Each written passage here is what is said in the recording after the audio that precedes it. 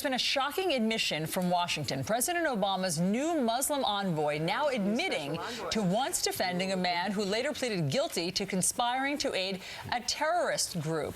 Yeah, Julie Kurtz is in Washington with the latest. Julie, tell us about this. This is pretty incredible, actually. Yeah, really interesting. Rashad Hussain is already a White House lawyer, and he's also been nominated, as you said, as a special envoy to the Organization of the Islamic Conference.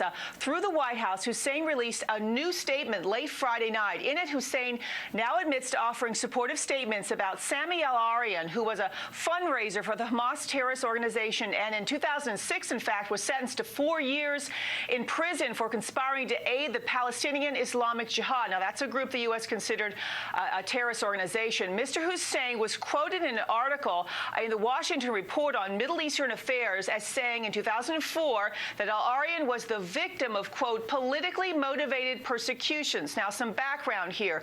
Initially, the White House, on Hussain's behalf, denied he said anything supportive of al-Arian. After Fox contacted the author of the article, quoting Hussain, Hussain told the White House he had no recollection of what he said. Well, last night he changed his position and issued this statement about the comments he made in 2004 on a panel discussion. Quote, I made statements on that panel that I now recognize were ill-conceived or not well formulated. Now, Hussain went on to say in his statement last night that he believes his statements about al-Arian, the Hamas fundraiser, were taken out of context.